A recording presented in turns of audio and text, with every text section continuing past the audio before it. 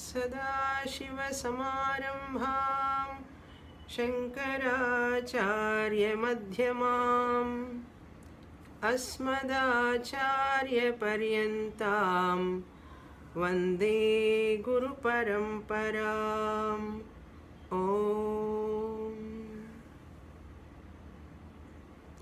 ॐ पूर्णमदः पूर्णमिदं पूर्णात् पूर्णमुदच्यते पूर्णस्य पूर्णमादाय पूर्णमेवावशिष्यते। ॐ शान्ति शान्ति शान्तिः। బృహదారణ్యకోపనిషత్ 4వ అధ్యాయం 4వ బ్రాహ్మణం 22వ మంత్రం.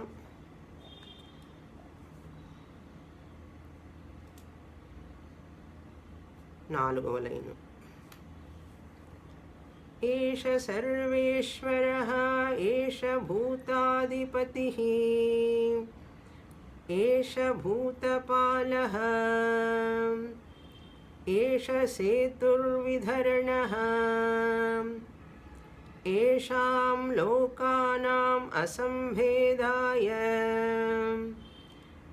తమేతం వేదానువచనేన బ్రాహ్మణా వివిదిషంతి యజ్ఞేన దానేన తపసా అనాశకేన.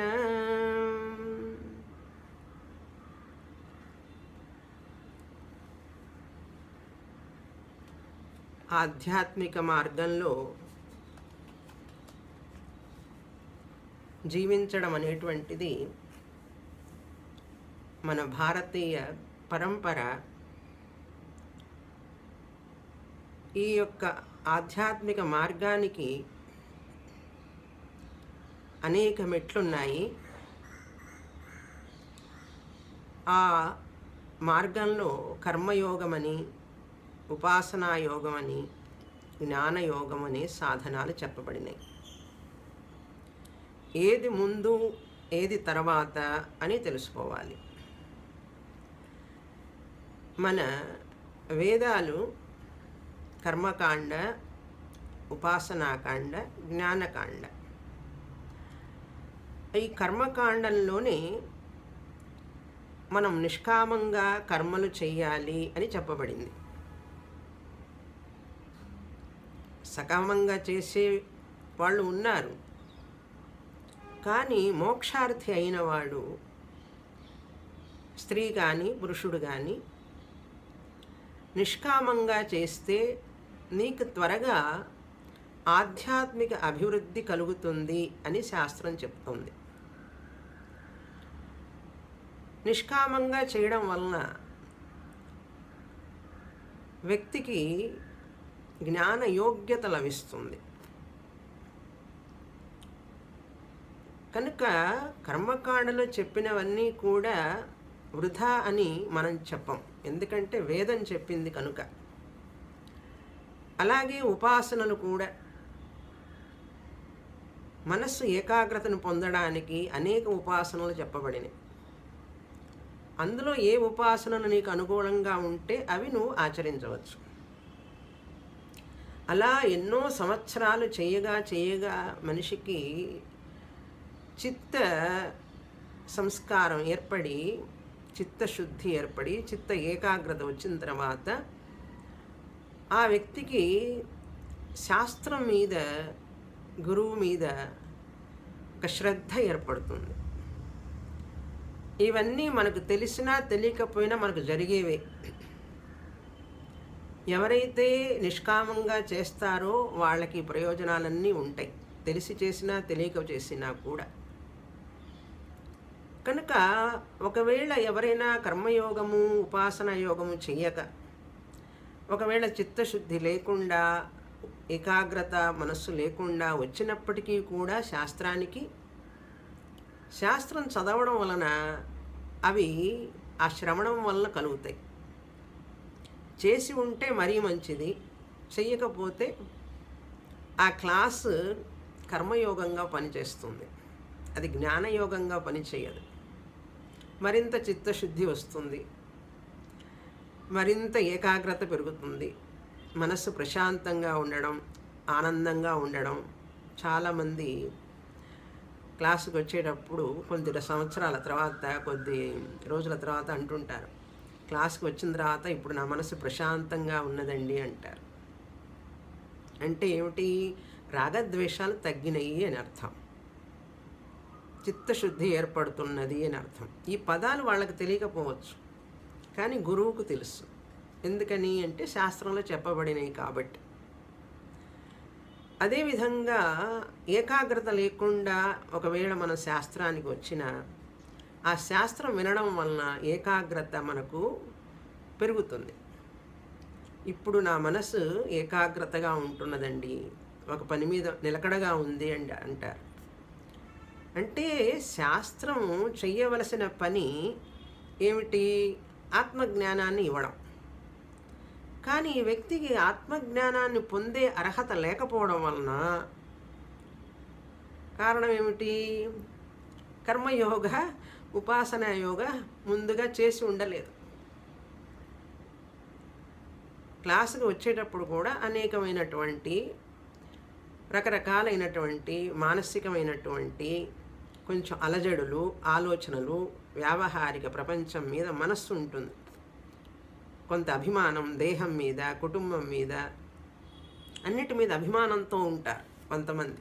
అందరూ కాదు, కొంతమంది చదువుకోవడానికి వచ్చి కూడా. అప్పుడు వాళ్ళకి శాస్త్రం అది జ్ఞానయోగంగా పనిచేయకుండా కర్మయోగం, ఉపాసనగా పనిచేస్తుంది. అది విషయం అక్కడ. తర్వాత కొద్ది సంవత్సరాల తర్వాత ఎప్పుడైతే ఈ కర్మయోగ, ఉపాసన యోగం వాళ్ళకి లభిస్తాయో శాస్త్ర శ్రవణం వలననే, అప్పుడు జ్ఞానయోగంగా ఆ సాధన పనిచేస్తుంది. 2వ కోర్సులోనో 3వ కోర్సులోనో భగవద్గీత, ఉపనిషత్తులు చదివేటప్పుడు అప్పుడు శాస్త్రం పనిచేయడం మొదలు పెడుతుంది. ఇప్పుడు అర్థమవుతుందండి నాకు అంటారు. ఎప్పుడు? 6-7 సంవత్సరాలు విన్న తర్వాత. అదేమిటి మరి 6-7 సంవత్సరాలు ఏం విన్నావు అంటే మాట్లాడరు. విన్నాం కానీ అర్థం కాదు, ఇప్పుడు అర్థమవుతుంది అంటారు. దీనికి అంతటికి కారణం ఏమిటంటే ఇప్పుడు నేను చెప్పిందంతా. అంటే జ్ఞానయోగానికి రావడానికి చాలా సమయం పడుతుంది. అందుకని ఈ మంత్రంలో మనకు ఇట్లా జ్ఞానయోగానికి వచ్చినటువంటి వ్యక్తుల యొక్క మనస్తత్వం ఎలా ఉంటుంది, వాళ్ళు ఏ మార్గాన్ని ఎన్నుకుంటారు అని చెప్పి ఇక్కడ మనకు హైలైట్ చేస్తున్నారు ఈ మంత్రంలో. ఇక్కడ జీవాత్మ గురించి చెప్తున్నారు. 2-3 పోర్షన్లుగా చూసుకోవాలి ఈ మంత్రాన్ని. జీవాత్మ సవా ఏష మహానజ ఆత్మ అన్నారు. సహ అంటే ఏ పరమాత్మ అయితే ముందు చెప్పబడి ఉన్నదో సహ, ఆ పరమాత్మ, ఆ ఈశ్వరుడు, అంతర్యామి. ఏషః మహానజ ఆత్మ, ఈ ప్రత్యేగాత్మ, ఈ జీవాత్మే. యోయం విజ్ఞానమయ. ఇక్కడ చూడండి, పరమాత్మ అనగానే ఈశ్వరుడు, మాయా సహితం బ్రహ్మ తీసుకున్నాం. జీవాత్మ అనగానే అవిద్య, అవచ్ఛిన్న చైతన్యం, ఇక్కడ జీవాత్మగా తీసుకున్నాం. ఈ పరమాత్మ జీవాత్మలకు వెనుక ఉన్నటువంటి లక్ష్యార్థాన్ని మనం గమనించినప్పుడు, అర్థం చేసుకున్నప్పుడు మనకేం తెలుస్తున్నది? శరీరత్రయ విలక్షణ ఆత్మ అహమస్మి, అంగుష్ఠమాత్ర పురుష. అందుకని గురువుగారు మహావాక్యము ఇట్లాంటి విషయాలు చెప్పేటప్పుడు మనం ఈ భాగత్యాగ లక్షణ చేసి ఆ లెవెల్లో ఉండాలి, ఆ లెవెల్లో అర్థం చేసుకోవాలి. లేకపోతే నేను వాచ్యార్థంగా అహంకారంతో ఈ శరీరత్రయాలతో ఉంటూ చెప్తే ఇవన్నీ కూడా మనకు సరిపడవు. అందుకని స్టూడెంట్ జాబ్ ఏంటి, ఏం చేయాలి అంటే, నేను ఆ హయ్యర్ లెవెల్ ఆఫ్ ఆ పారమార్థిక సత్యమైన ఆత్మని నేను అనే దృష్టితో వినాలి. అందుకని ఇక్కడ ఏషః మహానజ ఆత్మ, ఆ పరమాత్మే. అంటే ఏ ఆత్మ అయితే మాయా సహితంగా ఉన్నదో ఆ ఆత్మే ఇక్కడ జీవాత్మగా ఉన్నది. కనుక ఈ ఆత్మ కూడా అజహ, దీనికి కూడా జన్మ అంటూ లేదు. ఈ ఆత్మ అనేది ఎక్కడున్నది? విజ్ఞానమయ. ఈ చైతన్య స్వరూపము నేను నేను అనేటువంటిది ఈ బుద్ధిలో మనకు బుద్ధ్యవచ్ఛిన్న చైతన్యం అంటారు. విజ్ఞానమయ అంటే ఇక్కడ విజ్ఞానమయ కోశంలో నేను ఉన్నాను నాకు తెలుసు అనేటటువంటి ఆ సాక్షి చైతన్యంగా నేను వ్యక్తమవుతున్నాను. ఇక్కడ బుద్ధి అనేటువంటిది ఉపాధి లేకపోతే శుద్ధ చైతన్యం, శుద్ధ జ్ఞానం, బ్రహ్మము వ్యక్తం కాలేదు. కనుక విజ్ఞానమయ చైతన్య రూపుడైనటువంటి నేను ఆత్మని, ఈ విజ్ఞానమయంలో ఈ బుద్ధిలో నేను ఆత్మస్వరూపంగా ఉన్నాను. ప్రాణేషు యహ ఏషః అంతర్హృదయ ఆకాశ. ప్రాణేషు అంటే ఈ ఇంద్రియాలన్నీ అన్నింటిలో పంచజ్ఞానేంద్రియాలు, పంచకర్మేంద్రియాలు ఇవన్నీ కూడా అంతర్హృదయ ఆకాశ తస్మిన్ చేతే. ఇక్కడ ఆత్మలో జ్ఞాని అయినవాడు ఆత్మయందు అంతర్హృదయంలో ఉన్నటువంటి అంటే అహంకారాన్ని మిథ్యగా చూస్తూ గ్రహించి, ఆబ్జెక్టిఫికేషన్ అంటారు దాన్ని ఇంగ్లీష్లో, సాక్షిగా అహంకారాన్ని ఒక ఉపాధిగా, ప్రతిబింబ చైతన్యమే కదా అహంకారం అంటే. కనుక జీవత్వం అనేటువంటిది అహంకారానికి చెందినది, ఆత్మ అనేది బింబ చైతన్యానికి చెందినది. కనుక వాళ్ళు ఆ జ్ఞానులు అంతర్హృదయ ఆకాశే తస్మిన్ శేతే.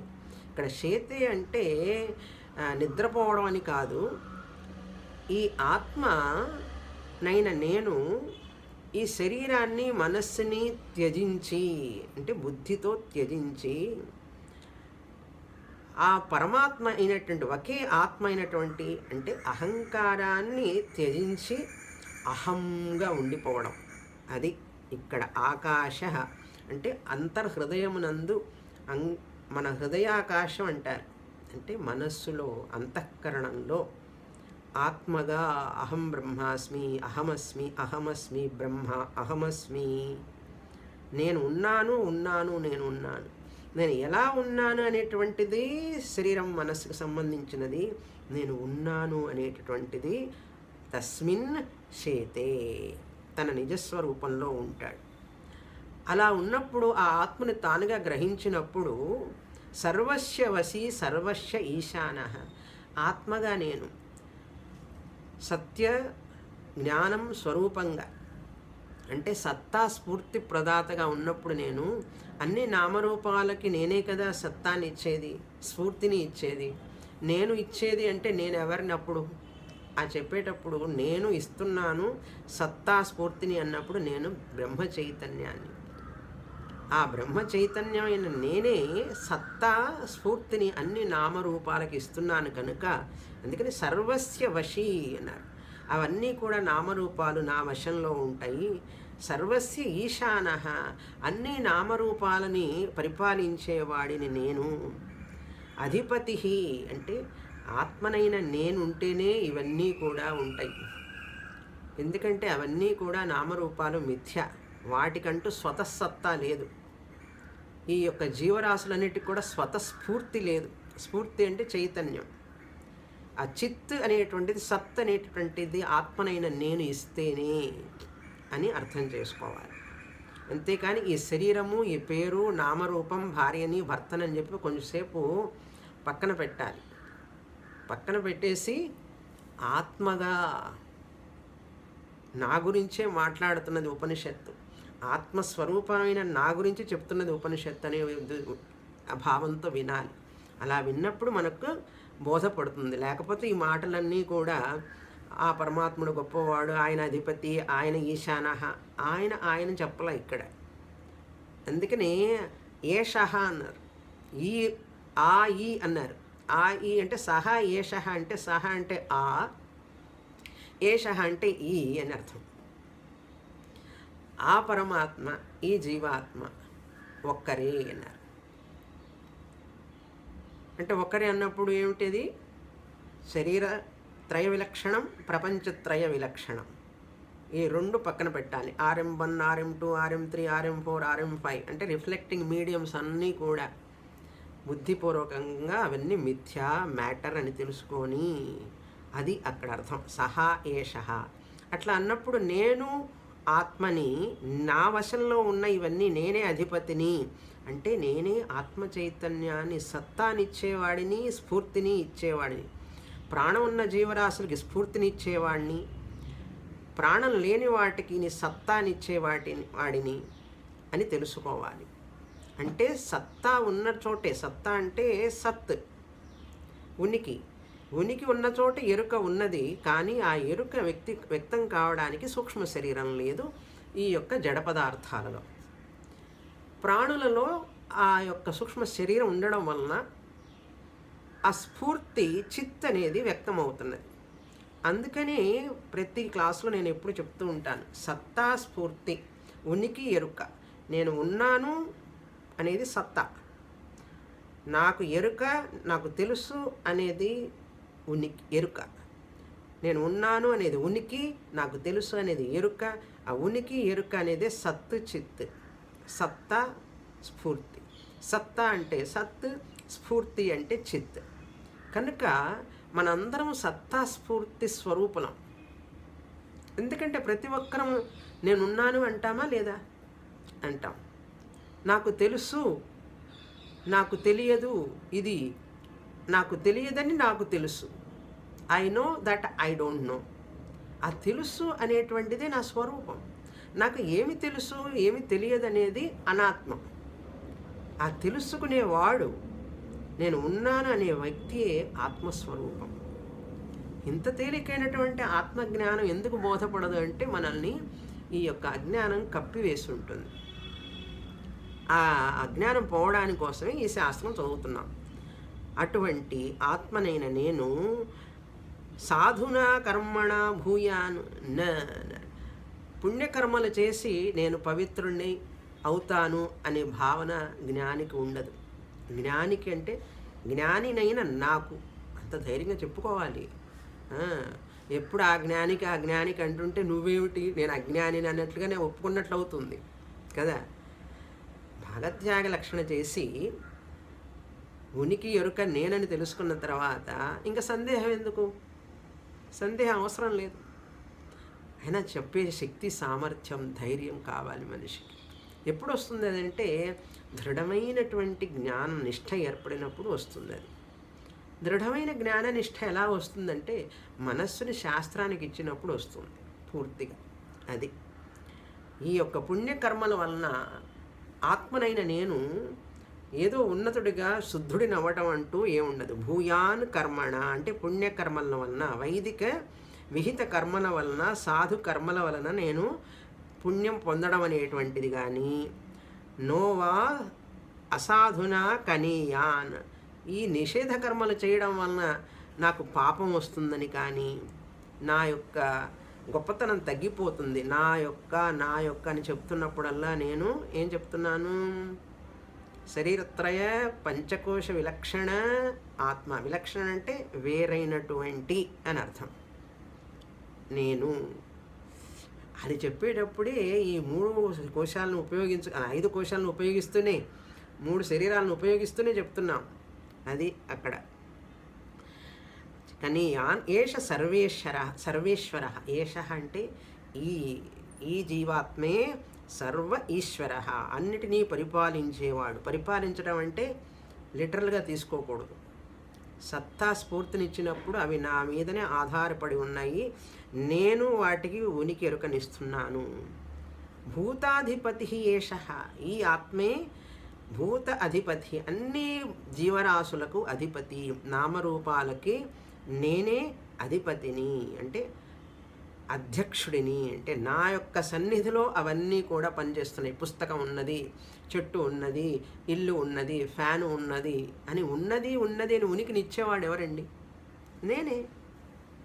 భార్య ఉన్నది, భర్త ఉన్నాడు, పిల్లలు ఉన్నారు అని గ్రహించేవాడెవరు, తెలుసుకునేవాడెవరు? నేనే. కనుక నేనే అధిపతిని అన్నారు. అది అర్థం అక్కడ. ఏషః భూతపాలః, ఈ ఆత్మనైన నేనే ఈ యొక్క వీటన్నిటిని పరిపాలించేవాడిని, పాలించేవాడిని. పాలః అంటే వాటి వాటి కర్మలను చేయడానికి నేనే సహకరిస్తున్నాను. ఏషః సేతుర్విధరణః.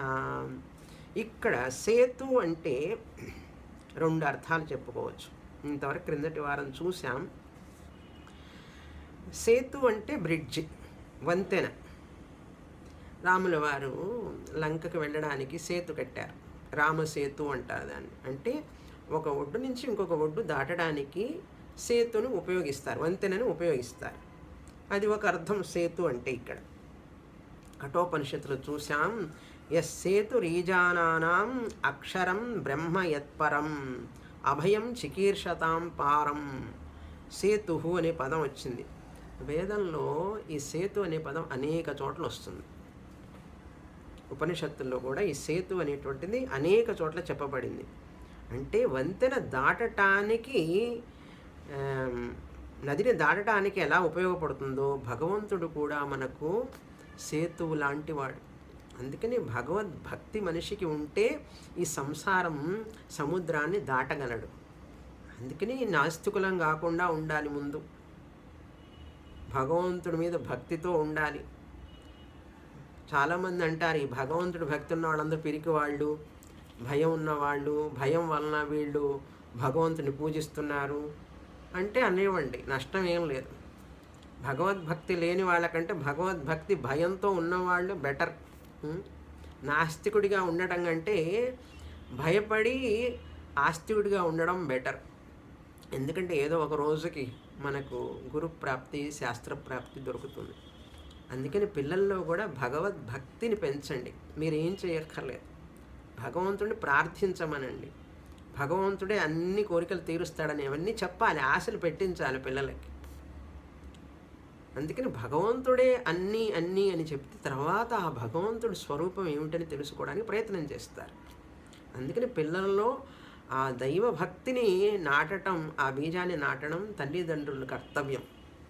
కనుక ఆ చిన్న వయసులో వచ్చిన భక్తే ఎప్పటికో అది పనిచేస్తుంది. చాలా ఏండ్ల తర్వాత వెంటనే పనిచేయదు, ఎప్పుడో పనిచేస్తుంది. అది ఇక్కడ సేతు అంటే భగవంతుడు కూడా మనకు ఒక వంతెన లాంటి వాడు, సహాయపడతాడు.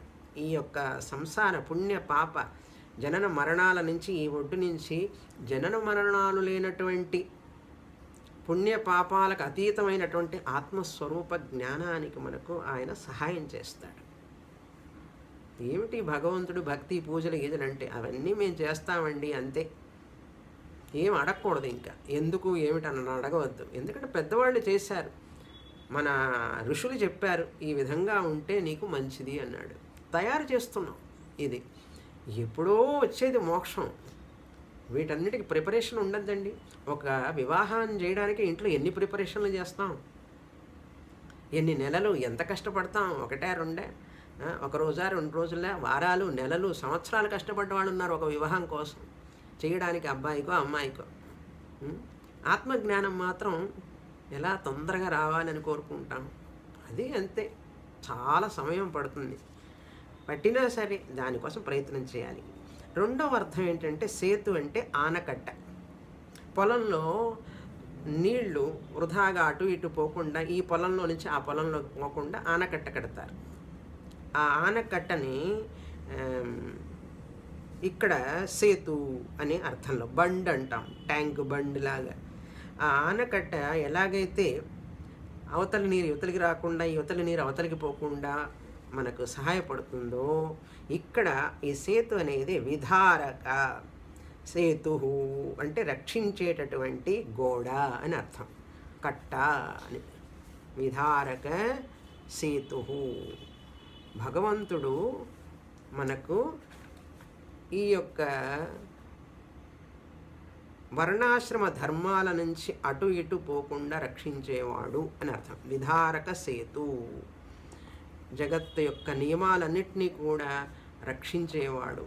అంటే భౌతికమైనటువంటివి కాదు, భౌతికమైనవే కాదు, ఈ సూర్యుడు, చంద్రుడు, ఈ నక్షత్రాలు, ప్లానెట్స్, ఈ భూమి తిరగడం, ఇవన్నీ కూడా యొక్క భూమి ఆకర్షణ శక్తి, ఇవన్నీ కూడా ఎలా పనిచేస్తున్నాయి అంటే ఆయనే ఈ యొక్క నియమాలన్నింటినీ కూడా వాటి వాటి స్థానంలో ఉంచేవాడు అని అర్థం. అది ఆ రెండవ నియతి ముఖ్యం ఇక్కడ, అంటే ధర్మము అని అర్థం. నీతి నియమాలను, ధర్మాన్ని కాపాడేవాడు, నియమంలో ఉంచేవాడు అంటే వీటిని పరిరక్షించేవాడు అని అర్థం. ఈ యొక్క భౌతిక అంటే physical loss and moral loss అంటారు ఇంగ్లీష్లో.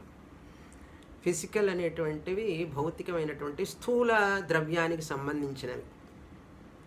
మోరల్ లాస్ అంటే అవి ఒక అంతరంగికమైనటువంటివి.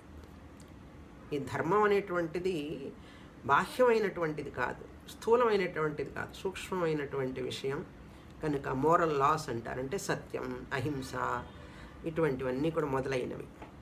వీటన్నిటినీ కూడా న్యాయ పరిపాలకుడు అని అర్థం. ఇప్పుడు న్యాయస్థానంలో ఎట్లయితే పోలీసులు వాళ్ళు ఉంటారు, జడ్జి, అట్లా భగవంతుడు ఈ చక్రం మొత్తాన్ని కూడా రక్షించేవాడు. అందుకని ధర్మచక్రం అంటారు చూసారా, ఫ్లాగ్లో ధర్మచక్రం ఉంటుంది, దాన్ని అశోక ధర్మచక్రం అని పేరు పెట్టారు. అసలు యాక్చువల్గా అది ధర్మచక్రం అంటే ఆ చక్రంలో మధ్యలో ఒక హబ్ ఉంటుంది, ఆ ఇరుసు అంటారు దాన్ని. ఆ ఇరుసు దాని పక్కన అనేకమైనటువంటి ఇవి ఉంటాయి అన్నమాట, పక్కపక్కన చాలా ఆ చక్రంలో. కనుక అన్ని రకాలైనటువంటి నామరూప ప్రపంచం ఉన్నప్పటికీ కూడా వీటన్నిటికీ ఆధారం ఆ ఇరుసు, ఆ మధ్యలో ఉన్న హబ్. ఆ వీళ్ళు అనేక స్పోక్స్ ఉంటాయన్నమాట, కడ్డీలు. అవన్నీ కూడా తిరుగుతున్నాయి అంటే ఈ చక్రం, సృష్టి చక్రం తిరుగుతున్నది అంటే ఆ హబ్ అంటారు దాన్ని, ఇరుసు అంటారు, సెంటర్ పాయింట్. ఈ ఆత్మ అనేటువంటిదే సెంటర్ పాయింట్. సత్తా స్ఫూర్తినిచ్చి ఈ గ్రహాలన్నింటినీ వాటి వాటి పనులు చేయిస్తూ ఉంటుంది. ఈ ఋతువులు, నెలలు, మాసాలు, సంవత్సరాలు ఇవన్నీ కూడా రావడానికి కృష్ణుడి భాషలో చెప్పాలంటే ధర్మగోప్త అని చెప్పాడు భగవద్గీతలో. శాశ్వత ధర్మగోప్త. నేను ఎవరిని అనుకున్నావు అర్జున? నేను శాశ్వత ధర్మగోప్తని, అంటే శాశ్వతమైనటువంటి ధర్మాన్ని రక్షించేవాడిని, ఈ ప్రపంచంలోని అన్నిటినీ నేను కాపాడేవాడిని అని అర్థం. ఇక్కడ మనం నిత్య పరమాత్మ బ్రహ్మచర్య ఆశ్రమంలో శాస్త్ర శ్రవణం చేయడం, తర్వాత అందుకనే వేదానువచనేన బ్రాహ్మణ వివిదిషంతి అన్నారు. తర్వాత అసంభేదాయ తమేతం వేదానువచనేన, ఈ సేతు అయిపోయింది. ఇప్పుడు ఏషాం లోకానాం అసంభేదాయ, ఇక్కడ అసంభేద అంటే ఈ ఎటువంటి ధర్మ పరిపాలకుడు, శాశ్వత ధర్మగోప్త అంటే వర్ణధర్మ, ఆశ్రమ ధర్మాలను సంకరం కాకుండా పరిరక్షించేవాడు అని అర్థం. ఇప్పుడు వర్ణాలు లేవు, ఆశ్రమాలు కూడా మనుషులకు తెలియదు ఈ రోజుల్లో. ఇక్కడ ఈ మంత్రం చెప్తోంది ఏమని? ఏషాం లోకానాం అసంభేదాయ, ఈ లోకంలో ఉన్నటువంటి భగవంతుడు ఏం చెప్పాడు కృష్ణ పరమాత్మ? చాతుర్వర్ణ్యం మయా సృష్టం గుణకర్మ విభాగశః. అంటే ఈ యొక్క శ్లోకాన్ని మనం పట్టించుకోం, వినాలని కూడా ప్రయత్నం చేయడం. వింటామండి, కానీ దాని యొక్క గూఢమైనటువంటి అర్థాన్ని వర్ణాశ్రమ ధర్మం పుస్తకంలో ఇచ్చాం. ఆ వర్ణాశ్రమ ధర్మంలో ఉన్నటువంటి పుస్తకం చిన్న బుక్లెట్, అది కంఠాపాఠం అయిపోవాలి. అది అయిందనుకోండి, ఎవ్వరు ఈ వర్ణధర్మాన్ని, ఆశ్రమ ధర్మాన్ని నిందించిన, ముఖ్యంగా వర్ణధర్మాన్ని, ఇక్కడ క్యాస్ట్ సిస్టమ్ చెప్పబడింది వేదాల్లో, బ్రాహ్మణులు, వైశ్యులు, క్షత్రియులు, శూద్రులు, ఈ వర్ణ విభజన అంతా కూడా వేదం వలన చేయబడింది. ఇప్పటికీ దూషిస్తున్నారు మనుషులు. ఎందుకు దూషిస్తారు? కారణం వాళ్ళకి ఆ కృష్ణుడు చెప్పినటువంటి వాక్యం మీద నమ్మకం లేదు. వర్ణాశ్రమ ధర్మాలని నేనే సృష్టించాను అన్నాడు. చాతుర్వర్ణ్యం మయా సృష్టం అన్నాడు. ఎలా సృష్టించాను అది చెప్పరు. తర్వాతది గుణ కర్మ విభాగశః అన్నాడు. ఈ శ్లోకం, ఒక్క శ్లోకం మీరు సరిగా అర్థం చేసుకోగలిగితే భగవద్గీత అంతా అర్థమవుతుంది. అది ఎట్లాగండి అన్నాడు. ఒక శ్లోకం అర్థమైన వాడికి మిగతావన్నీ అర్థమవుతాయి. అందుకని భగవద్గీత చదవడం వేరు, వినడం వేరు. ఒక్కొక్క శ్లోకాన్ని దాన్ని ఏ విధంగా అర్థం చేసుకోవాలో అలా అర్థం చేసుకోవడానికి చాలా సమయం పడుతుంది. అందుకని నేనంతా భగవద్గీత పూర్తి చేశాను అని చెప్పుకోకూడదు మనం. అసలు ఆ భగవద్గీత శ్లోకాన్ని నేను సరిగా అర్థం చేసుకున్నానా లేదా, అది ఇక్కడ. అందుకని శాశ్వత ధర్మగోప్త లోకానాం అసంభేదాయ అంటే ఆ పరమాత్ముడే ఈ వేదాలను మనకిచ్చి వర్ణాశ్రమ ధర్మాలను ఇచ్చి వాళ్ళ వాళ్ళ గుణానికి ప్రకారంగా బ్రాహ్మణ క్షత్రియ వైశ్యులు అని చెప్పి ఇది క్యాస్ట్ సిస్టమ్ కాదండి. అసలు అది లేకపోవడం వల్ల ఇప్పుడు ఈ సమస్యలన్నీ కూడా, ఇది చెప్పినా కూడా అర్థం చేసుకునే స్థితిలో లేరు మనుషులు. కనుక మన యొక్క వర్ణధర్మాన్ని ఆశ్రమ ధర్మాన్ని మనం బాగా గ్రహించాలి. అది అసంభేదాయ అంటే వర్ణ సాంకర్యం కలగకుండా ఉండడానికి తమేతం వేదానువచనే బ్రాహ్మణ వేదిషంతి. తం ఏతం వేదానువచనేన. వేద అనువచనం ఏంటి? వేదం ఏం చెప్పింది? కృష్ణుడు ఏం చెప్పాడు? వేదంలో చెప్పింది ఆయన చెప్పాడు. బ్రాహ్మణోస్య ముఖమాసీత్ బాహూరాజన్యః కృతః ఊరు తదస్య యద్వైశ్యః పద్భ్యాగుం శూద్రో అజాయత. పురుష సూక్తంలో వేదంలో చెప్పబడింది. అదే కృష్ణ పరమాత్మ చెప్పాడు. అదే బృహదారణ్యకంలోదే కృష్ణ పరమాత్మ కూడా చెప్పాడు. ఇక్కడ చూడండి, వేద అనువచనేన, వేదంలో చెప్పిన విధంగా బ్రాహ్మణాః వైదిక ధర్మాన్ని ఆచరించేటటువంటి బ్రాహ్మణులు. సహజంగా బ్రాహ్మణులైన వాళ్ళకి సూక్ష్మబుద్ధి ఉంటుంది, వాళ్ళకి చాలా సంస్కారం ఉంటుంది, వాళ్ళు నీతి నియమాలన్నీ పాటిస్తారు, వాళ్ళల్లో ఒక శక్తి తేజస్సు ఉంటుందనే ఉద్దేశంతో బ్రాహ్మణాః అని చెప్పారు. మరి ఈరోజు బ్రాహ్మణాః అంటేనే ఎలాంటి వాడు బ్రాహ్మణుడు అనే సంగతి తెలియాలి మనకు. వేదాల్లో చెప్పినటువంటి విధి నిషేధాలను పాటిస్తూ అనువచనేన అంటే వాటి మార్గంలో నడవాలి అనేటటువంటి ఉత్సుకతో ఉన్నటువంటి వ్యక్తి బ్రాహ్మణుడు. అందుకని వేరే కులంలో పుట్టినప్పుడు బ్రాహ్మణ జాతి కాకుండా వేరే జాతిలో పుట్టితే వాళ్ళకి గుణం బ్రాహ్మణులైతే వాళ్ళు కూడా బ్రాహ్మణులతో సమానం అన్నాం. కానీ చాలా కష్టం. బ్రాహ్మణులు అంటే ఏమిటి? జాతి బ్రాహ్మణులు ఎందుకు మనం ఉత్కృష్టంగా తీసుకుంటామంటే వీళ్ళకి చిన్నప్పటి నుంచి కూడా ఆ తల్లిదండ్రుల మధ్యని ఆ యొక్క సంస్కారాల్లో ఉండడం వలన వీళ్ళకి త్వరగా ఆ సంస్కారాలు అబ్బుతాయి. ఇప్పుడు వేరే జాతిలో ఒకవేళ పుట్టినా కూడా ఒక వ్యక్తి బ్రాహ్మణుడుగా జీవించాలనుకుంటే చాలా కష్టం. అది కావచ్చు కూడా, అయి తీరాలి, కానీ అతి కష్టం. ఎందుకంటే ఇంట్లో వాతావరణం, తల్లిదండ్రులు, ఆ ఆచరణ, ఆ ఆలోచనలు, ఆ పద్ధతులు ఉండవు వాళ్ళకి. ఆ యొక్క వ్యక్తికి ఆ సంస్కారాలు రావడానికి చాలా కష్టపడాలి. అదే బ్రాహ్మణ జాతిలో పుట్టిన వాడికి బ్రాహ్మణుడిగా గుణబ్రాహ్మణుడు అవ్వడానికి అవకాశాలు ఎక్కువ. అందువల్ల బ్రాహ్మణుని గొప్పని చెప్పారు, కానీ పుట్టడం వలన గొప్పని చెప్పలేదు. బ్రాహ్మణులు తల్లిదండ్రులుగా బ్రాహ్మణులు అవ్వడం వలన గొప్పని చెప్పలేదు. బ్రాహ్మణుడిగా జీవించడానికి, బ్రాహ్మణుడిగా తన కర్తవ్యాన్ని నిర్వర్తించడానికి అవకాశం ఎక్కువ ఉంటుంది బ్రాహ్మణ కులంలో పుడితే. అందువలనే కానీ అవతల వాళ్ళకి కొంచెం కష్టం. బ్రాహ్మణుడిగా జీవించడానికి వాళ్ళకు తోడ్పాటు ఉండదు, అవకాశం ఉండదు. తల్లిదండ్రుల వాళ్ళ జీవన సరళి, వాళ్ళ కుటుంబంలో వ్యక్తులందరూ కూడా ఆ బ్రాహ్మణునిగా జీవించేటటువంటి వాళ్ళకి లభించడం కష్టం. కానీ అతి కష్టం మీద కొంతమంది బ్రాహ్మణ జీవితాన్ని జీవించడానికి అలవాటు పడతారు. చాలా కష్టం. ఎందుకంటే బ్రాహ్మణులే బ్రాహ్మణ జీవితాన్ని జీవించడం లేదు. బ్రాహ్మణ జీవితం అంటే చాలా నిష్ఠ నియమాలతో కూడినటువంటిది బ్రాహ్మణ జీవితం. సమాజం కోసం అంకితం చేసేటటువంటిదే బ్రాహ్మణ జీవితం. సమాజానికి జ్ఞానాన్ని దానం చేసేవాడే బ్రాహ్మణుడు. అది అక్కడ బ్రాహ్మణాః వివిదిషంతి. చూడండి, వివిదిషంతి అన్నాడు. వేదితుం ఇచ్చంతి, అది అర్థం. వివిదిషంతి అంటే వేదితుం ఇచ్చంతి. ఏమి తెలుసుకోవాలని ఇష్టపడతారు వాళ్ళు అంటారు? బ్రహ్మాన్ని తెలుసుకోవాలని. ఇక్కడ బ్రాహ్మణాః వివిదిషంతి, బ్రాహ్మణులైన వాళ్ళు ఎప్పుడు బ్రాహ్మణులంటే బ్రహ్మను తెలుసుకోవాలని జిజ్ఞాస కలిగినప్పుడే వాళ్ళు బ్రాహ్మణులండి. అది అసలు అర్థం అక్కడ. బ్రహ్మజ్ఞానాన్ని, ఎందుకంటే పరమ పురుషార్థమైనటువంటిది బ్రహ్మజ్ఞానమే కదా, మోక్షానికి బ్రహ్మజ్ఞానమే కదా కావాలి. కనుక Brahmanas are supposed to be the people who work for బ్రహ్మజ్ఞానం. ఆ బ్రహ్మజ్ఞానాన్ని కనుక పొందకపోతే వాళ్ళందరూ కూడా ఆ బ్రాహ్మణ కులంలో వాళ్ళు నిందించబడతారు.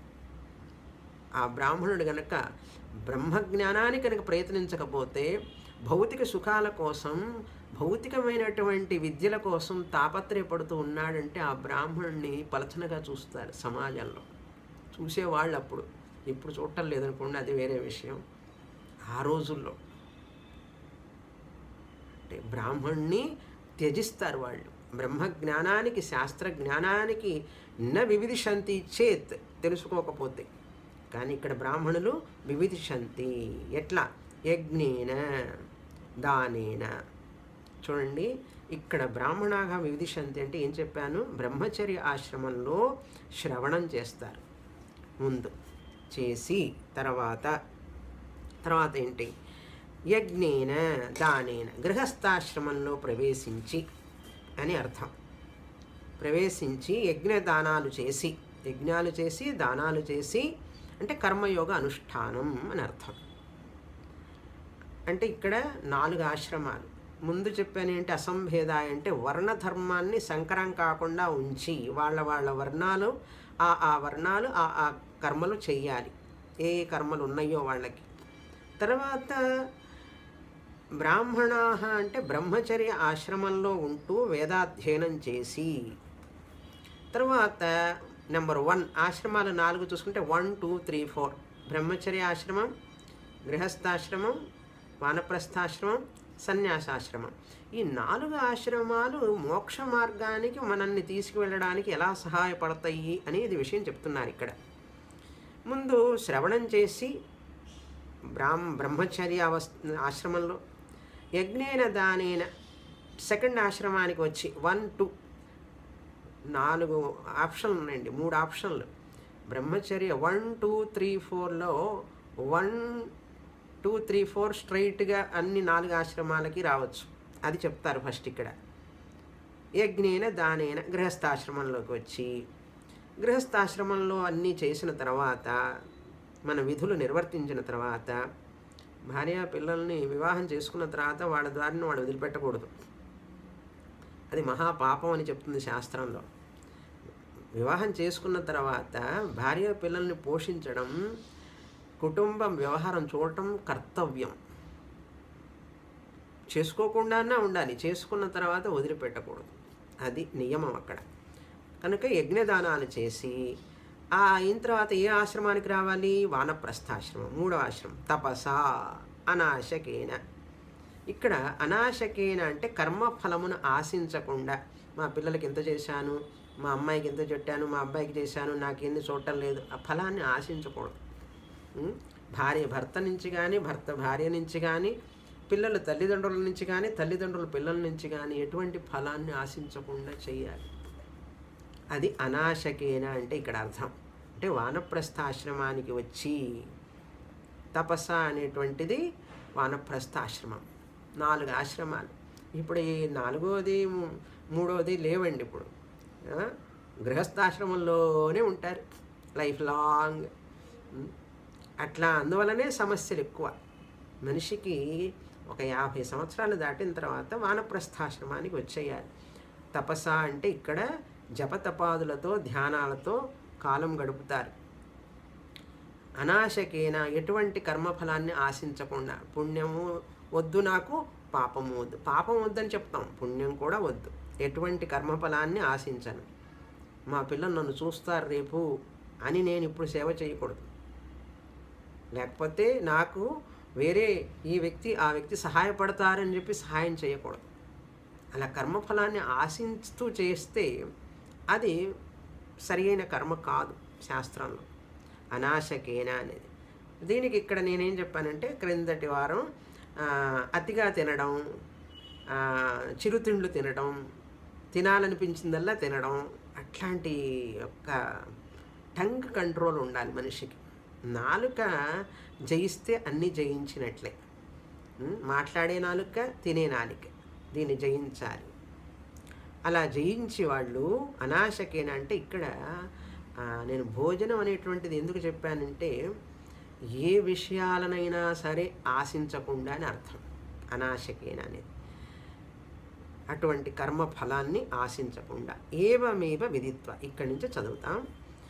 ఏవమేవ విదిత్వా మునిర్భవతి ఏతమేవ ప్రవ్రాజినో లోకమిచ్చంతి ప్రవ్రజంతి ఏతద్ధస్మవైతత్ పూర్వే విద్వాంసః ప్రజాం న కామయంతే కిం ప్రజయా కరిష్యామో ఏషాం నో అయమాత్మాయం లోక ఇతి తేహస్మ పుత్రైషణాయాశ్చ విత్తైషణాయాశ్చ లోకైషణాయాశ్చ వ్యుత్థాయ అథ భిక్షాచర్యం చరంతి యా హ్యైవ పుత్రైషణా సా విత్తైషణా యా విత్తైషణా సా లోకైషణా ఉభేహ్యేతే ఏషణే ఏవ భవతః. ఇప్పుడు 4 ఆశ్రమాలలో క్రమంగా ఒక ఆశ్రమం తర్వాత ఒక ఆశ్రమం 1, 2, 3, 4గా తీసుకోవచ్చు. లేదా ఈ గృహస్థాశ్రమాన్ని స్కిప్ చేసి 1 to 4, 1 నుంచి 4వ ఆశ్రమానికి రావాలని కొంతమందికి ఉంటుంది. బ్రహ్మచర్య ఆశ్రమం నుంచే సన్యాసాశ్రమాన్ని తీసుకుంటారు. సన్యాసాశ్రమం దేనికి అంటే శాస్త్ర అధ్యయనం కోసం. అధ్యయనం చేసినటువంటి శాస్త్రాన్ని అంటే పూర్వ ఆశ్రమంలో గురుకులంలో ఉంటూనే గురుకులం నుంచి కర్మకాండ ఉపాసనాకాండలు అన్నీ పూర్తి చేసుకొని జ్ఞానకాండకి అంటే సన్యాసాశ్రమాన్ని స్వీకరిస్తారు కొంతమంది. అలాంటి వాళ్ళు అంటే వివాహం అవసరం లేదు మాకు అని నిర్ణయించుకుంటారు. ఎందుకట? సామాన్యంగా 1, 2, 3, 4 ఆర్డర్ గృహస్థ బ్రహ్మచర్య, గృహస్థ, వానప్రస్థ, సన్యాస నార్మల్. కానీ కొంతమంది పూర్వజన్మ సంస్కారం వలన ఆ పూర్వజన్మ సంస్కారం వలన ఏం చేస్తారు వాళ్ళు అంటే ప్రవ్రాజిన అంటే ఏవమేవ విదిత్వా మునిర్భవతి. మునిర్భవతి అంటే జ్ఞాని భవతి అని అర్థం. ఇక్కడ ముని అంటే జ్ఞాని. చూడండి, బ్రహ్మచర్య నుంచి గృహస్థాశ్రమం నుంచి యజ్ఞదానాలు చేసి తపసానాశకేన వానప్రస్థానికి వచ్చి జ్ఞానయోగానికి వచ్చి జ్ఞానులు అవుతారు. అలా 4 ఆశ్రమాల ద్వారా మునిర్భవతి, జ్ఞాని భవతి అంటే జీవన్ముక్తుడు అవుతాడు. కానీ కొంతమంది ఏతమేవ ప్రవ్రాజిన లోకమిచ్చంతః ప్రవ్రజంతి. ప్రవ్రాజిన అంటే ఇక్కడ సన్యాసాశ్రమం. ప్రవ్రాజ్ అంటే దేశం మొత్తం తిరుగుతారు. సన్యాసులు ఏం చేస్తారు? దేశం అంతా అటన చేస్తారు. ఎందుకు చేస్తారు అంటే ఈ ప్రజలలో ఈ ధార్మికతని, ఈ యొక్క సత్యాన్ని, ధర్మాన్ని బోధించడం కోసం వాళ్ళు దేశం అంతా పర్యటన చేస్తారు. వాళ్ళ పని అదే. ప్రజలలో ఈ యొక్క ధర్మాన్ని, బ్రహ్మాన్ని బోధించడమే వాళ్ళకి, వేరే పనే ఉండదు. ఇంకా ఏతమేవ ప్రవ్రాజిన, ఈ బ్రహ్మను తెలుసుకోవడం కొరకే కొంతమంది లోకమిచ్చంత అంటే ఆత్మను ఇచ్చంత. ఇక్కడ లోకం అంటే ఆత్మ. ఆత్మను కోరిన వాళ్ళై ప్రవ్రజంతి అంటే సన్యాసం తీసుకుంటారు. తీసుకొని ఏతద్ధస్మవై తత్ పూర్వే విద్వాంసః, వాళ్ళు ఏమని చెప్తారు? మా పూర్వీకులు కూడా ఇట్లాగే కదా చేశారు. వివాహం చేసుకోకుండా వానప్రస్థం ఈ 2 ఆశ్రమాలు వెళ్లకుండా నేరుగా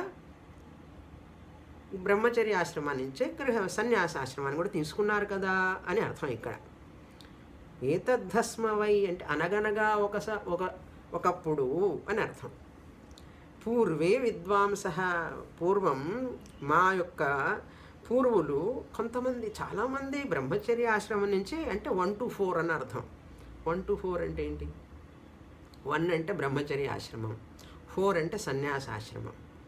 కనుక వివాహం వద్దు మాకు అని అనుకున్నవారై ఏం చేస్తారు? ప్రజాంన కామయంతే, పిల్లల్ని సంతానం కావాలని కోరుకోకుండా, సంతానం కావాలంటే గృహస్థాశ్రమం, సంతానం అవసరం లేదనుకుంటే గృహస్థాశ్రమం అక్కర్లేదు. ప్రజాంన కామయంతే, అందుకనే వాళ్ళు సన్యాసం తీసుకున్నారు. ప్రవ్రజంతి, మా పూర్వులు కూడా ఇలాగే సంతానం అవసరం లేదు మాకు అని కోరుకోకుండా సన్యాసాశ్రమం తీసుకున్నారు. ఎందుకు తీసుకున్నారు? వాళ్ళకి పిల్లలు అనిపించలేదట. ఎందుకని?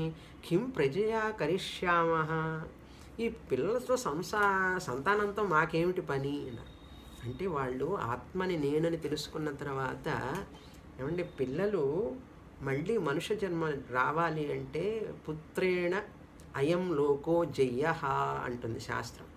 నీకు మళ్ళీ మనుషుడిగా పుట్టాలి అని ఉన్నదా, ఒక పుత్రుణ్ణి కను అన్నది. పిల్లల్ని కంటే మళ్ళీ మనుష్య జన్మ ఎత్తుతావు అని చెప్పి శాస్త్రం కొంచెం ఆశ పెడుతుంది. వీళ్ళేమిటి ఇక్కడంటే, గురుకులంలో ఉన్నప్పుడే బ్రహ్మచర్య ఆశ్రమంలోనే ఆ గురువు చెప్పే ధర్మ బ్రహ్మాని గురించి విని, అబ్బా ఇటువంటి బ్రహ్మస్వరూపాన్ని తెలుసుకోకుండా నేనేమిటి గృహస్థాశ్రమంలో ఈ పిల్లల సంసారం లంపటం నాకు వద్దు అని అనుకున్న వ్యక్తి ఏం చేస్తాడట అని చెప్తున్నారు ఇక్కడ. కిం ప్రజయా కరిష్యామ, ఆత్మనైన నేను, నాకు ఈ సంతానంతో ఏమిటి పని అని వాళ్ళకి ఆ యొక్క పూర్వజన్మ సంస్కారం వలన ఈ యొక్క పిల్లల మీద వ్యామోహము, ఈ పిల్లల కోసం వివాహం చేసుకోవాలని మనస్సు ఉండదు వాళ్ళకి. కరిష్యామ అంటే నాకు మళ్ళీ మనిషి ఈ జన్మే నుంచే బయటపడాలని కోరుకుంటూ ఉంటే, ముక్తుణ్ణి జీవన్ముక్తి కోసం ఇప్పుడు తప్పిస్తుంటే, మళ్ళీ శరీరంలో ప్రవేశించి మళ్ళీ మనుష్య జన్మెత్తడం కోసం, దానికోసం వివాహం చేసుకొని, వివాహం పిల్లల కోసం అంటే పిల్లల కంటే మళ్ళీ మనుష్య జన్మ కనుక మనుష్య జన్మే వద్దనుకుంటుంటే ఇంకా మళ్ళీ పిల్లలు ఎందుకు నాకు? ఏషాంనో అయం ఆత్మ అయం లోక ఇతి, మాకేం కావాలి? ఈ ఆత్మస్వరూపమే.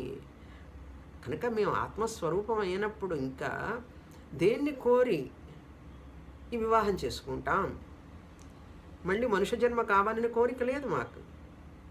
మనుష్య జన్మ కావాలని ఉంటే పిల్లలు కావాలి, పిల్లలు కావాలి అంటే వివాహం చేసుకోవాలి. నాకు ఈ కోరికలన్నీ ఏమి లేవు కదా. తే హస్మ పుత్రైషణాయాశ్చ, వీళ్ళు ఏం చేస్తారు? పుత్ర కావాలనే ఏషణ అంటే కోరిక, ఆ పుత్రాలు కావాలనే కోరిక నుంచి విత్తైషణాయాశ్చ, ధనం సంపాదించాలి. ఏమంటే వివాహం చేసుకుంటే పిల్లల్ని కంటే ధనం కావాలి. విత్తైషణ అంటే ధనం సంపాదించాలనే కోరిక. మనం ప్రపంచంలో చూస్తే కనపడేది ఏంటండి? వివాహము, పిల్లలు, ధనము, ధన సంపాదన. ఎంత కష్టపడతాడు మనిషి, ఎన్ని సంవత్సరాలు, ఎన్ని దశాబ్దాలు కష్టపడుతున్నాడు ఆ పిల్లల్ని పైకి తీసుకురావడానికి, చదివించడానికి. ఈ లోపల ఈ మనిషికి నీరసం, ఆయాసం అన్నీ వచ్చేస్తాయి. ఈ లోపల శరీరం యొక్క పటుత్వం తగ్గిపోతుంది. అప్పుడే ఇంకా ఆ బ్రహ్మ జ్ఞానాన్ని పొందడానికి ఇచ్చే రాదు.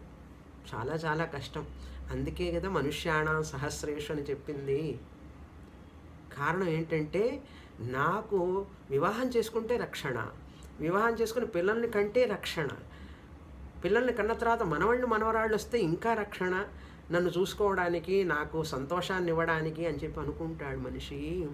నిజంగా రక్షణ, శాంతి, ఆనందము వాటి వల్ల రాదు అని తెలుసుకునేవాడు చాలా అరుదు, చాలా తక్కువ. చేసుకున్న తర్వాత తెలుస్తుంది అనుకోండి కొంతమందికి, దానివల్ల నిజంగా సంతోషం అందులో లేదని తర్వాత తెలుస్తుంది.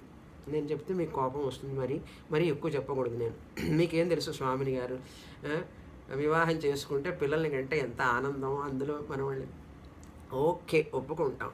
కానీ కొంతమంది విత్తైషణాయాశ్చ, ధనం సంపాదించాలనేటటువంటి ఆ కోరిక నుంచి కూడా, మరికొంతమంది పిల్లలను కని ధనాన్ని సంపాదించి లోకేషణ, నేను స్వర్గానికి వెళ్ళాలి, బ్రహ్మలోకానికి, ఆ లోకానికి వెళ్ళాలి, ఈ లోకానికి వెళ్ళాలనే కోరిక నుంచి, ఆ కోరికలన్నిటి నుంచి ఈ బ్రహ్మచర్య ఆశ్రమం నుంచి సన్యాసాశ్రమానికి వచ్చి జ్ఞానయోగాన్ని నేరుగా తీసుకొని వ్యుత్థాయ అన్నాడు. అంటే ట్రాన్సెండింగ్ అన్నాడు.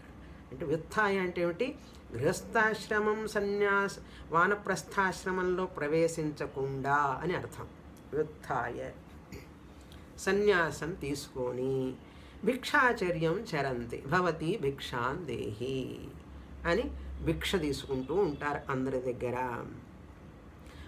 జనం ఏమనుకుంటారు, వీళ్ళకి ఏం పని పాట లేదు, ఉద్యోగం చేయడం ఇష్టం లేక అందరి దగ్గర భిక్ష తీసుకుంటున్నారు అనుకుంటున్నారు. మన సమాజంలో అటువంటి వ్యక్తి ఉండడమే అరుదు. అందుకని అట్లా ఉన్న వ్యక్తిని సమాజం గౌరవిస్తున్నది ఇప్పటికీ. సన్యాసం తీసుకుంటే వాళ్ళకంటూ పిల్లలు కుటుంబం ఏం లేకపోతే సమాజమే పోషిస్తున్నది. వాళ్ళకి వస్త్రం కానీ, నీడ కానీ, ఆహారం కానీ అన్నీ ఆ యొక్క సమాజమే చూసుకుంటుంది. ఎందుకంటే వాళ్ళు సమాజానికి కోసమే ఉన్నారు. అంటే ఆత్మనో మోక్షార్థం జగద్హితాయచ. ఆత్మ నేను తెలుసుకున్న మోక్షాన్ని పొందిన వ్యక్తి ఎప్పుడు జగత్ హితం కోసమే పనిచేస్తుంటాడు. కనుక ఒక జ్ఞాని ఉన్నాడు అంటే లోకక్షేమం అని అర్థం. అట్లాంటి జ్ఞానులు ఎక్కువ మంది ఉన్నారంటే లోకక్షేమం. అందుకే భారతదేశం ఈనాటికి కూడా ఇంత గొప్ప స్థితిలో ఉండడానికి కారణం ఇటువంటి జ్ఞానులు, సన్యాసి జ్ఞానులు. అందుకని శంకరాచార్యుల వారు 4 పట్ల 4 మఠాలు స్థాపించి ఈ యొక్క సన్యాసి పరంపర ద్వారా ఆ సన్యాసి ధర్మాన్ని, ఈ సనాతన ధర్మాన్ని రక్షించేది, కాపాడడం కోసం అన్నమాట. అటువంటి ధర్మం, ఎటువంటి ధర్మం? ఆత్మాన జ్ఞానం ద్వారా మోక్షాన్ని పొందడానికి సహకరించేటటువంటి ఇటువంటి సనాతన ధర్మం తీసుకొని భిక్షాచర్యం చరంతి అంటే చాలా సింపుల్గా ఉంటారు. సింపుల్ లివింగ్, హై థింకింగ్ అంటారు. కుటుంబము, సంసారము, పిల్లల్లో పడితే శాస్త్ర అధ్యయనం కొంచెం కష్టం, కొంచెం నిదానంగా నడుస్తుంది బండి, స్లో ప్యాసింజర్ లాగా. అదే సన్యాసం తీసుకున్నామంటే తమిళనాడు ఎక్స్ప్రెస్ లాగా. ఏముంది, పొద్దున శ్రవణం, మధ్యాహ్నం ఇవన్నీ వినడం, చదవడం, బోధించడమే కదా, వేరే పనే ఉండదు. ఎందుకంటే మిగతావన్నీ లోకం చూసుకుంటుంది, సమాజం చూసుకుంటూ ఉన్నది. దానికోసం వాళ్ళు భిక్షాచర్యం చరంతి. యా హేవ పుత్రైషణ సా విత్తైషణ, యా విత్తైషణ సా లోకైషణ. ఈ పుత్రులు కావాలని కోరుకోవడం, ధనం కావాలని కోరుకోవడం, ఈ లోకాలకు వెళ్ళాలి, మంచి మంచి సుఖాలు అనుభవించాలి. ఇప్పుడు ఆ లోకాలు ఈ లోకాలంటే నమ్మరు అనుకోండి, జపాన్ పోవాలి, లేకపోతే అమెరికా పోవాలి, ఆస్ట్రేలియా పోవాలి అనుకుంటున్నారు కదా. ఇప్పుడు అక్కడికి పోతే ఏముందంటే భూలోక స్వర్గమే కదా, అవన్నీ అనుకుంటుంటారు జనాలు. ఇక్కడ ఉంటే ఇక్కడికంటే అక్కడ ఏదో సుఖం ఉందని అనుకుంటుంటారు. ఇప్పుడు లోకాలంటే అర్థం కాదు, ఫారిన్, అబ్రాడ్ పోవాలని. అంటే అది ఇక్కడ చెప్తున్నారు. పుత్రుడు కావాలనుకున్నాడు అంటే విత్తం కావాలి. ఏది పుత్రకామో అదే విత్తకామం, ఏది విత్తకామమో అదే లోకకామం అన్నారు. అవి 3 వేరు కాదు. యా విత్తైషణ సా లోకైషణ. ధనం కావాలనే దేనికి? యజ్ఞయాగాదులు చేయడానికి. యజ్ఞయాగాదులు దేనికి? జ్యోతిష్ఠోమీన స్వర్గకామో యజేత. యజ్ఞయాగాదులు చేయాలంటే విత్తం కావాలి, ధనం కావాలి. ధనం కావాలి. ఇవన్నీ యజ్ఞయాగాదులు చేయాలంటే మనకు కుటుంబం కావాలి, భార్య కావాలి, పిల్లలు కావాలి, వీళ్ళందరూ పరివారం కావాలి. ఇవన్నీ ఉన్నప్పుడు ధనం కావాలి. ధనం ఉంటే తప్ప యజ్ఞయాగాదులు చేయలేము, యజ్ఞయాగాదులు చేస్తే తప్ప పై లోకాలకు వెళ్ళలేము. కనుక all the 3 are inter connected. ఒకదానికి లింక్ ఉందండి. అందుకనే చెప్తున్నది ఉపనిషత్తు, యా విత్తైషణ సా లోకైషణ ఉభేహ్యేతే ఏషణే ఏవ భవతః. కనుక ఇటువంటి ఏషణలు ఇవన్నీ కూడా ఈ యొక్క సన్యాసి అనుకున్నాడు, నాకు అవసరం లేదు, నాకు సంతానము అక్కర్లేదు, నాకు ఏ లోకము పొందాలని లేదు, కనుక నాకు ధనం కూడా అవసరం లేదు. కనుక ఏం చేస్తావయ్యా అంటే ఆత్మన్నేవాత్మనా తుష్ట స్థితప్రజ్ఞస్తదోచ్యతే. అందుకని ఆత్మ జ్ఞానాన్ని పొందడమే మన సొంత ఇంటికి వెళ్ళినట్లు. అందుకని చాలామంది బయటికి వెళ్ళి వచ్చిన తర్వాత, అబ్బా ఇంటికి వచ్చిన తర్వాత, మా ఇంటికి వచ్చిన తర్వాత హాయిగా ఉందండి అంటారు. చూడండి, అక్కడక్కడ ప్రయాణాలు చేసి చాలా రోజుల తర్వాత ఇంటికి వస్తే, అబ్బా మన ఇంటికి వచ్చి ఇక్కడ ఈ ఇంట్లో అన్నం తిని ఈ ఇంట్లో మన ఇంట్లో హాయిగా పడుకుంటే ఎంత ఆనందంగా ఉందో అంటారు, ఎంత ఆనందంగా ఉందో అంటారు. చూసారా? అట్లాగే వ్యక్తి తన ఆత్మస్వరూపం తెలుసుకునే వరకు కూడా, ఆ జ్ఞాననిష్ట కలిగే వరకు కూడా మనిషికి శాంతి అనేది ఉండదు. ఇది పరమ సత్యం. ఎన్నన్నా చేయండి, ఎక్కడికన్నా వెళ్ళండి, ఎన్నన్నా వినండి, ఆత్మ విద్యని క్షుణ్ణంగా గ్రహించి జీర్ణం చేసుకోకపోతే ఆ వ్యక్తికి రక్షణ ఉండదు, శాంతి ఉండదు, సంతోషం ఉండదు. ఎక్కడో ఏదో ఒక వెలితి ఉంటూనే ఉంటుంది. కనుక ఈ మంత్రం చాలా ముఖ్యమైన మంత్రం అని చెప్తున్నారు. కనుక ఈ యొక్క సన్యాసం తీసుకున్న వాళ్ళు ఆత్మజ్ఞానాన్ని పొంది, ఎలాంటి ఆత్మజ్ఞానం అది చెప్తున్నది. ఇప్పుడు మంత్రం చదువుతాను. సయేష నేతి నేత్యాత్మా అగృహ్యో నహి గృహ్యతే అశీర్యో నహి శీర్యతే అసంగో నహి సజ్యతే అసితో న వ్యథతే నరిష్యతి ఏతముహైవైతే న తరతః ఇతి. తరతః అని ఇచ్చారు ఇక్కడ, కొన్నిట్లో తపతః ఇతి అని ఉంటుంది. అతః పాపమకరవమితి అతః కళ్యాణమకరవమితి ఉభేవు హైవైష ఏతే తరతి నైవం కృతాకృతే తపతః. ఇది క్రక్స్ ఆఫ్ ద వేదాంత. ఇటువంటి బ్రహ్మచర్య ఆశ్రమం నుంచే నేరుగా సన్యాసాశ్రమాన్ని తీసుకున్నారు అంటే, అవునండి, సన్యాసాశ్రమం తీసుకున్నారంటే కాషాయం కట్టుకున్నారనే కాదు అర్థం. అక్కడ జ్ఞాన మార్గం కోసం సన్యాసం మార్గాన్ని తీసుకున్నారు. జ్ఞాన మార్గం అంటే ఏమిటి? శాస్త్ర శ్రవణము, మననము, నిధిధ్యాసనం, ఇదే పని. దాని కొరకు సన్యాసాశ్రమం తీసుకున్నారు. అంతేకాని బాధ్యతలన్నింటినీ వదిలిపెట్టడం కోసం సన్యాసాశ్రమం తీసుకోలేదు. శాస్త్ర శ్రవణం చేయడానికి అధికంగా మనకు సమయం లభిస్తుంది, మననం చెయ్యొచ్చు. ఎటువంటి బాధ్యతలు బాధరాబందీ లేకుండా ఉంటే మనం ఎక్కువసేపు మనస్సుని శాస్త్రం మీద నిలపవచ్చు అనే ఉద్దేశంతో తీసుకున్న వాళ్ళు ఈ జ్ఞానాన్ని పొందారు అండి. ఆత్మజ్ఞానాన్ని పొందారు. నేరుగా బ్రహ్మచర్యాన్ని నుంచే సన్యాసాశ్రమానికి వచ్చిన వాళ్ళు. ముందేం చెప్పాం? బ్రహ్మచర్యాన్ని నుంచి గృహస్థ టు వానప్రస్థ టు సన్యాస. అట్లా కూడా మోక్షాన్ని పొందుతారు యాజ్ఞవల్కుల వారు, జనక మహారాజులాగా. కొంతమంది ఏమో బ్రహ్మచర్యాన్ని నుంచే సన్యాసాశ్రమం, శంకరాచార్యుల వారిలాగా. ఇక్కడ ఇప్పుడు ఉన్నటువంటి అనేక మంది సన్యాసులు, కొంతమంది గృహస్థాశ్రమం నుంచి వస్తారు సన్యాసానికి, కొంతమంది బ్రహ్మచర్యాన్ని నుంచి. వాళ్ళు ఎటువంటి ఆత్మను తెలుసుకున్నారు? సహా ఆ ఆత్మ, ఏషః ఈ ఆత్మే, నేతి నేతి ఇది ఆత్మ. అన్నీ ఇది కాదు ఇది కాదు ఇది కాదు అని నెగేట్ చేసిన తర్వాత, అన్నిటినీ నిరాకరించిన తర్వాత, ఆ నిరాకరించే వాడెవరో నిరాకరింపబడలేడు. అన్నిటిని నిరాకరించడం. న ఇతి న ఇతి. నేతి అంటే నెయ్యి అనుకోవద్దు ఇక్కడ. న ఇతి న ఇతి అంటే ఇది కాదు ఇది కాదు. ఏదేదైతే చూస్తానో ప్రతిదీ కూడా అనాత్మ. ఆ చూసేవాడు, చూడబడేది అన్నీ చూసేవాడు సత్యం, చూడబడేది మిథ్య. కనుక న ఇతి న ఇతి, ఈ ప్రపంచం మొత్తం కూడా అనాత్మ. ఇది ఇంతకుముందు చూసాం. నేతి నేతి అని ఖగోళ బ్రాహ్మణంలో మూడో అధ్యాయంలో కూడా చూసాం. 3:9-26, 4:2-1లో ఇట్లా 2 చోట్ల చూసాం. నేతి నేతి ఆత్మ. ఈ ఆత్మతత్వాన్ని చెప్తున్నారు. అగృహ్య నహి గృహ్యతే.